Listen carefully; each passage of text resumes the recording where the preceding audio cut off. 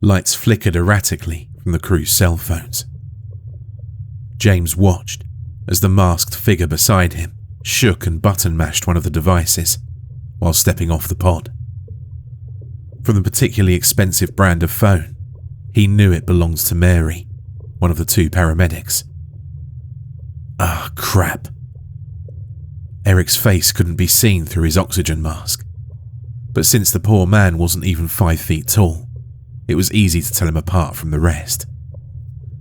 Eric stared at his phone passively as his own screen mimicked Mary's. A beam of light shot out through the partially constructed hallway as another crew member stepped out from the entry pod. He held up his own phone, which looked as though it was far past its prime. Regardless, its ancient digital screen, that was meant only to display numbers, was blinking just as rapidly as the other ones. Guess we know what the problem is now. A fish set up an EMP. Patrick was always one to make light of a situation. James stepped out of the pod along with Mary's partner, an old Russian man called Yevgeny. James glanced down towards his pocket and saw his own phone's light raging against his pockets, much like the others. But since Mary was still unable to get hers to work, chances were that no one could figure it out. Come on, stop playing with your phones. Someone tell me how much oxygen is down here, Yevgeny grumbled in his deep voice, one of which James was envious. Even with the barrier of the oxygen mask blocking his mouth, his voice still carried strength. Mary gave an affirmative nod and pocketed her phone. Eric pressed several more buttons before he decided to give up. Patrick was already walking ahead of the others, his flashlight scanning the area. They sure haven't got much done since my last shift. James wasn't sure of his opinion, since the last time he'd been down here was to install the first bits of wiring for the construction lights, all of which seemed to be inactive now. Still, it looks to him as though a lot of additions have been added. He didn't recognize the place. Mary's voice carried enough strain to gain everyone's attention. It's low, only 6%. The implications of what that meant hit everyone. This wasn't just a lighting failure. The precautionary oxygen masks that should ideally never serve a purpose were now necessary. Yevgeny took immediate charge over everyone as head paramedic. To everyone's credit, they remained calm.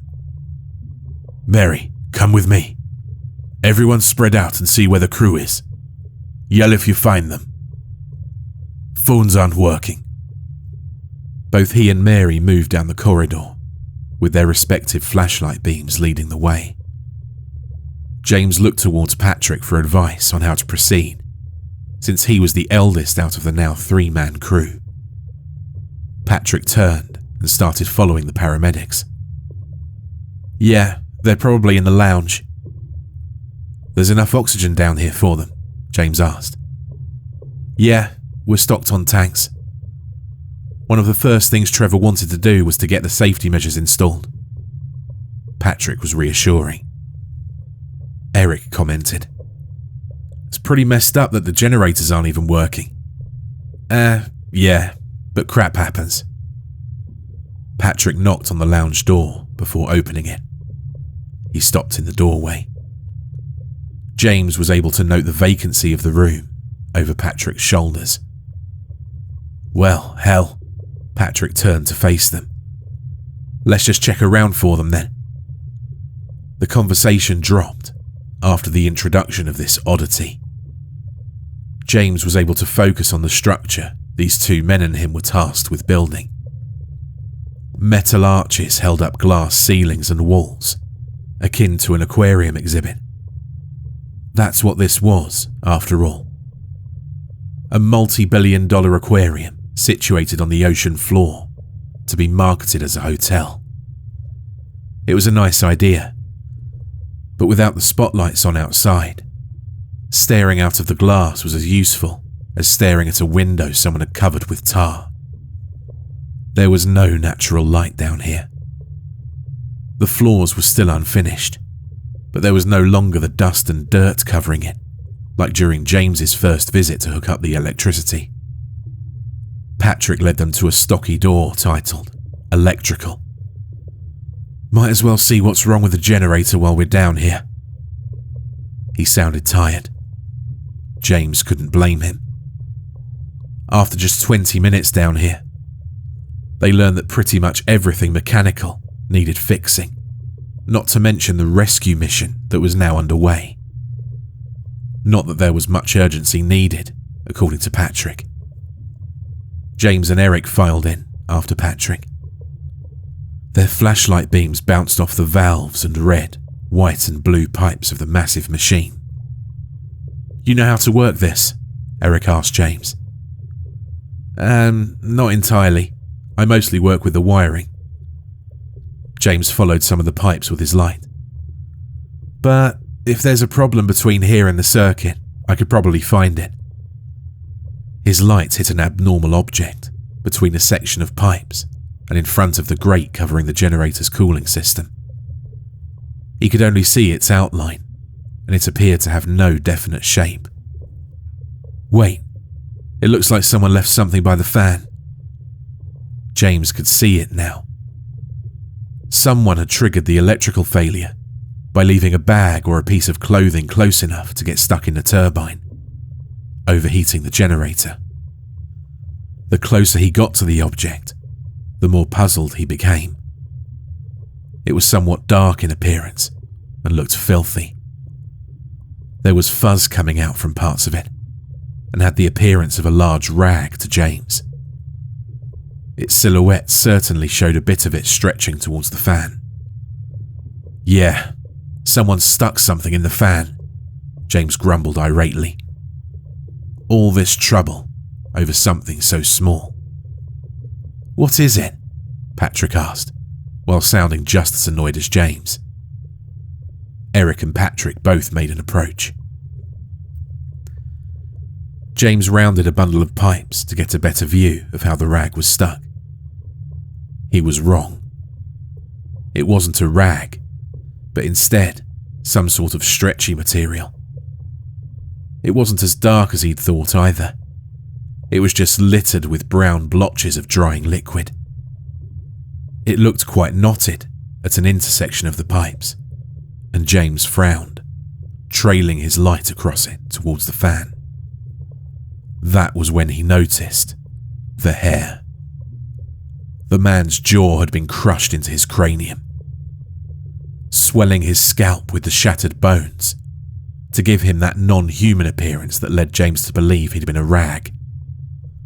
The brown clumps weren't dirt, but blood. The man's flesh had been impossibly twisted among the pipes, in directions impossible for bone to bend. His face was the worst. It was at least what might have been a face. 2 holes were covered in black that had leaked to the floor. A 3rd hole had the same appearance, but to tell which were the eyes and which was the nose or mouth was impossible. There were no ears or chin or anything else to determine one feature from another. James had never seen a dead body beyond what was prepared at a funeral home. His throat constricted, and he couldn't speak or move.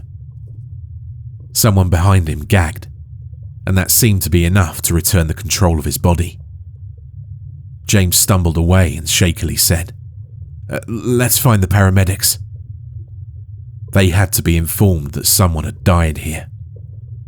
This was no longer a company issue. Patrick had to guide Eric away from the gruesome sight. It was all James could do to keep his trembling body from colliding with objects. No one wanted to talk as they briskly moved down the hallway.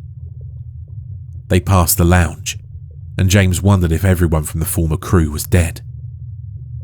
If that was true, then it left the nauseating issue of what had happened. There had been no use of any evacuation pods. If someone was responsible for the deaths, then they'd still be in the compound. If it was an environmental force, then what could have killed everyone so quickly? He just wanted to get the hell out now. But his conscience would dictate taking the paramedics with them. There were many rooms lining the hallways, most without doors and unfurnished. The bathroom is what Patrick led them towards, seeing as how it was the only furnished room on that side of the compound. There were no manners involved when Patrick threw the door open on the two startled paramedics. Both jumped, but neither screamed. "We need to get out of here." Patrick was faster than James on that declaration. The paramedics looked towards them, but remained fixed, facing the sink. "I agree." Yevgeny turned and left the sink. Everything about his stance was stiff. Mary's eyes kept darting towards the sink until she joined them. "What happened?" James asked, catching their non-verbal cues. In a tone void of any emotion, Yevgeny replied, "There's a body in the stall. Look in the sink." James and Patrick approached the sink, just enough to see over its rim. It was a book, but it was leaking liquid. Lumps of cartilage protruded from the cover they were unevenly attached to, with gaps in the tissue holding rotting juices. Whatever had made it wasn't concerned with neatness, but had made the point to claw a geometric symbol into the flesh. At that moment, James felt as though someone had ripped all ability to react out of his body. He felt nothing. He turned from the grotesque sight, and a distant second-hand thought caused him to ask, "Where's Eric?" "Wasn't he with you?" Yevgeny asked accusingly. James said, "He was." He made his way into the hallway to where the paramedics had moved. Patrick recovered and followed James without a look back. "Yes, but we don't know when he left." "He was right with us until we got here," James said softly. A flash of light sent down the bare hallway only revealed the obvious, that no one was there. Mary had taken her phone out and was fiddling with it, but the blinking hadn't stopped. "We need to get out of here." "Maybe he's at the pod," Patrick added, and the four of them retraced their steps.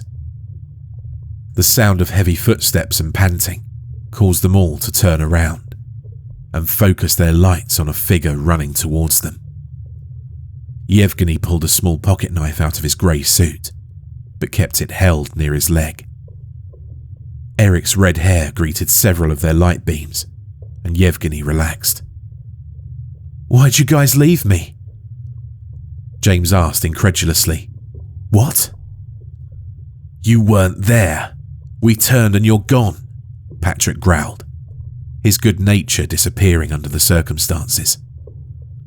"What? I was there the entire time. When did I leave?" "You weren't there when the others entered the bathroom." Mary was starting to sound equally frustrated. "I was." They could see Eric glowering from behind his plastic visor. "I was standing there with them when they were looking at that damn book." Yevgeny turned his beam away. "Whatever. Let's go." No one had to be told twice. They were making their final T-shaped turn when the ceiling started to quake. The metal around them roared with protest, and James felt as though his insides were going to shatter into pieces. The quaking didn't throw any of them off their feet. The ground wasn't the source of the disruption. Something from above was causing it. Eric countered the noise with cursing. James felt his emotions return with a vengeance. His throat felt like his heart was trying to climb out of his mouth. So tight was his chest. He started to back away when a new sound arrived. Rushing water. Eric and Patrick leapt into a run for the pod, screaming for everyone else to follow. Yevgeny was already ahead of James and Mary.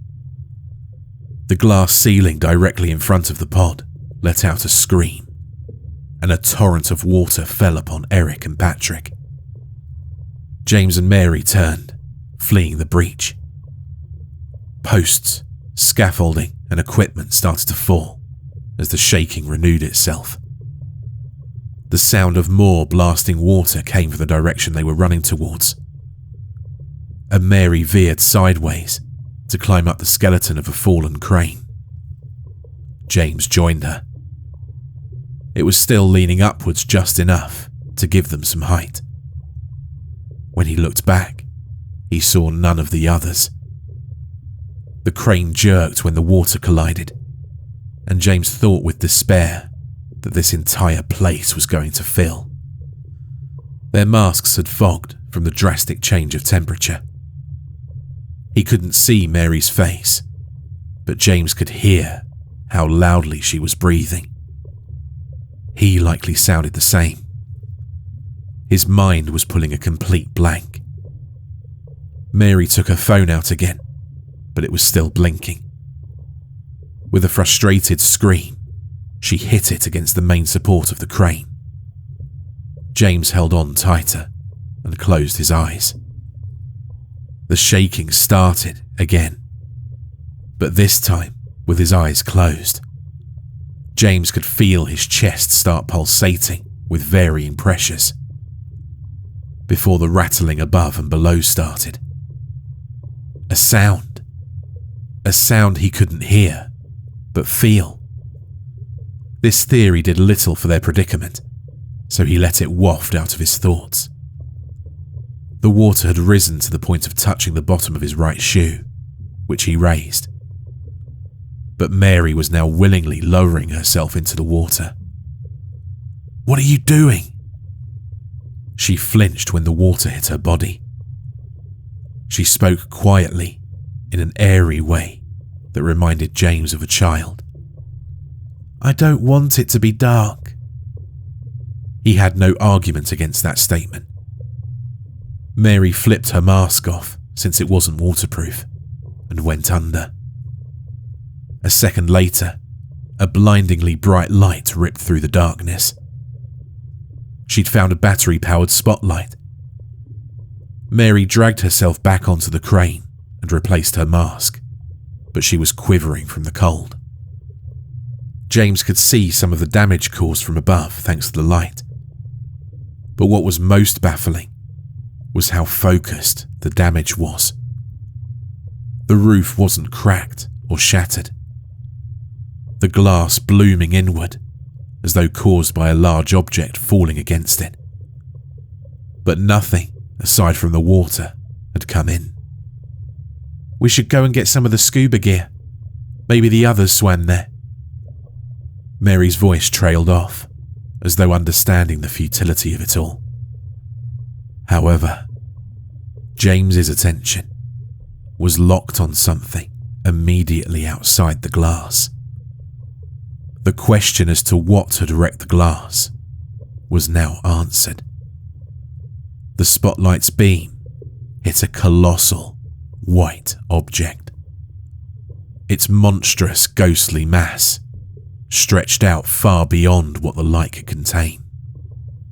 Perhaps Mary was quiet because she thought it was a rescue vessel. But James had seen its gaping abyss, lined with peaks from hell. James saw its red gills that were the length of football fields rattle in conjunction with his own chest as it bellowed a rallying cry.